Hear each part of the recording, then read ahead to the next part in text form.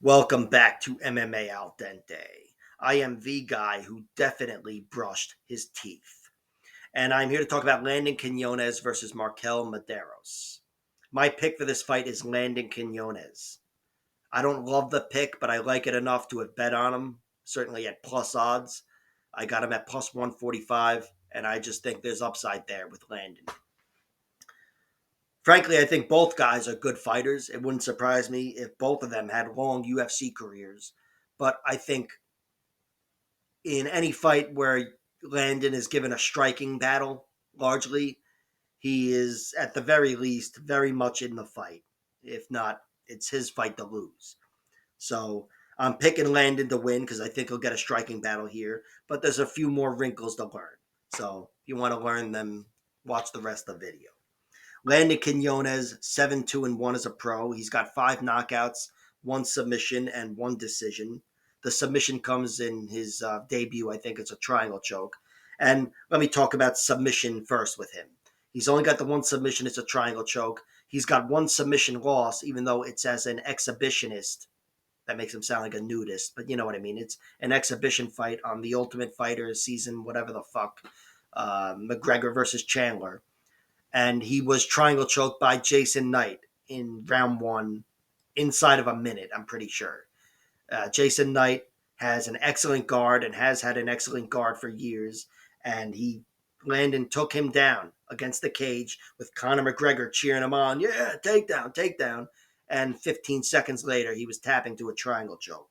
So I don't know what the reasoning was there, but I'd say there's certainly some vulnerabilities grappling wise. I don't think that's going to be an issue here against Marquel Mederos, though.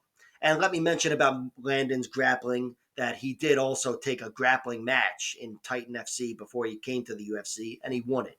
He won a decision, I believe.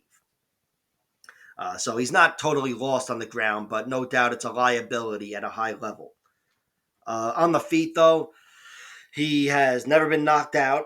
He had one moment on the regional scene where he was knocked down, kind of, or at least half a knockdown against this guy, Reginaldo Acevedo.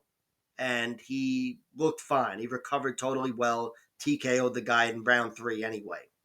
But on the feet, he looks very healthy. And offensively, he's got it going on. He's got an awesome left hand as a southpaw. And he's got great volume and the cardio to make that a thing in the first place. I really trust him down the stretch. His one decision victory was a dominant performance, largely over this guy that he hurt, Gerard Built Castillo, but he wasn't able to put him away. Still, he looked good. But his other 2 decisions have given me the most trust in him because they're both losses. Those are his 2 professional losses.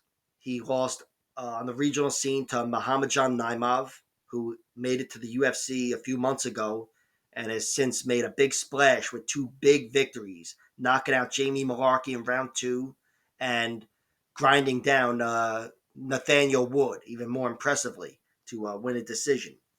So Landon Quinones in that fight against Naimov, he was very competitive, and Naimov, up against the striking of Quinones, was forced to resort to clinching against the cage. He wasn't able to take him down, but he was able to pin him against the cage and neutralize him. It was boring as all fuck, and the crowd hated it, but that was all he could do. And in the little in-betweens, it was Landon Quinones outworking him, and in round 3, down the stretch, it was Quinones winning the round and doing so with his volume. Started to break free and have success. But still, it was a split decision. He should have lost the fight. He was neutralized for the majority of it. But nevertheless, it was a good look for him, the way he performed, especially in round 3. And of course, not even conceding to takedowns in the first place against Naimov. He might have got him down, but not a lot. And his other loss was a decision in his debut in the UFC to Nasrat Haqparast. Nasrat, he took that fight on short notice, Landon, replacing whoever, and he gave Nasrat hell. I thought Nasrat still won 30-27, to be honest. I thought on paper he won all 3 rounds. It's a dominant victory, but it wasn't so dominant. Landon was very competitive from the opening bell to the final bell. Just one of those fights where he was a half a step behind the whole way, but to a very good established UFC fighter in Nasrat Haqparast. And I know, you don't want to take too much away from losses, but those being the best fighters he's fought, he's looked really good. Really good. He beat some other guys, on the regional scene that were decent. The guy Reginaldo, this other guy Yemi Adewale, he got him out of there in round two. But the UFC level is what I want to know about, and I think Landon Quinones can definitely hang at the UFC level, although maybe not with the Jason Knights of the world. Marquel Mederos, he's 8-1. He's got 6 knockouts and 2 decisions in his victories. He's got a right hand that is the equivalent of Landon Quinones' left hand. He's got a really good right hand, Marquel Mederos, and from both stances, too. He can work that thing as his lead hook. He will switch stances, but it's no matter where it is, it's a solid punch.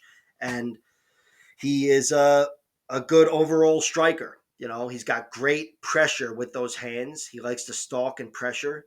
And his calf kicks are very effective too. Solid. He actually got one finish, largely due to calf kicks. The punches got it done, I think, but the calf kicks did the leg work, as they like to say. I don't know who the fuck they are, but whatever. As far as his striking defense goes, he's never been knocked out as a pro, but he was knocked out as an amateur. He's got this one loss where I say it all the time, but the amateur losses, I don't harp on them, the decision losses. But the knockouts and submissions, that's something you take with you. And he was knocked out, TKO'd really, by this guy that he had talked a lot of shit to, apparently, according to the commentators. And the guy cracked him with a punch. As Mederos looked like he was just getting going and flowing, and he got cracked with a punch. And he didn't go down initially. He was staggering against the cage, but he got teed off on and put away within 2 minutes or so. Definitely got rocked by a shot, so it's half a strike against his chin and his overall durability. And here in this matchup, that is relevant because he's fighting Landon Quinones.